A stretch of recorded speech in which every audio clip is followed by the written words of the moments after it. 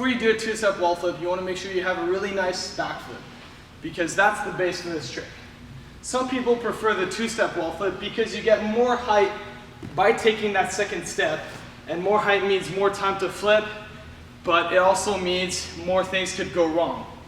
Sometimes on the two-step wall flip, people will put their second foot and barely hit the wall, so when they try and push, they're already too far away and they don't get enough push and then end up falling on their head or something. So you don't want to do that. You want to make sure that if you try this one, make sure that your body goes close enough to the wall. So first thing you want to do is figure out which foot that you go off of. I always go off of my left foot. So that means the first step is going to be with the right foot, then I'm going to put the left foot. So you're going to go towards the wall about medium fast speed. Put your first foot about waist height or a little under. The first step is always to get height. The first step is for the height, the second step is for the flip. So the first one, make sure you drive up either a 45-degree angle or actually a little less so that you make sure you don't go too far from the wall. Like I mentioned, if you go too far from the wall, the second step is not going to be able to reach and you're not going to be able to push off of the wall. So get that height with the first step and then put your second step wherever you feel comfortable, but don't put it too high.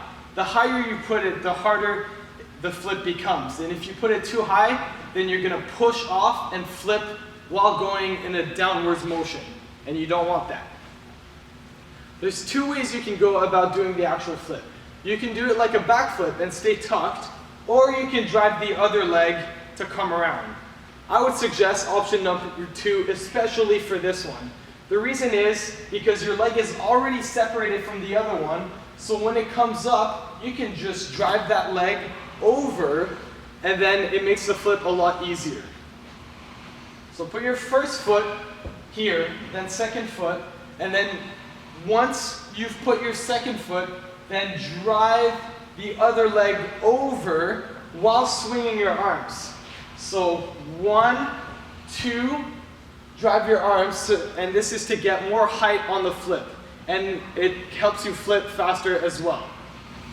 So once your second foot is on the wall, you're going to drive your leg and swing your arms at the same time, and you treat the rest like a backflip.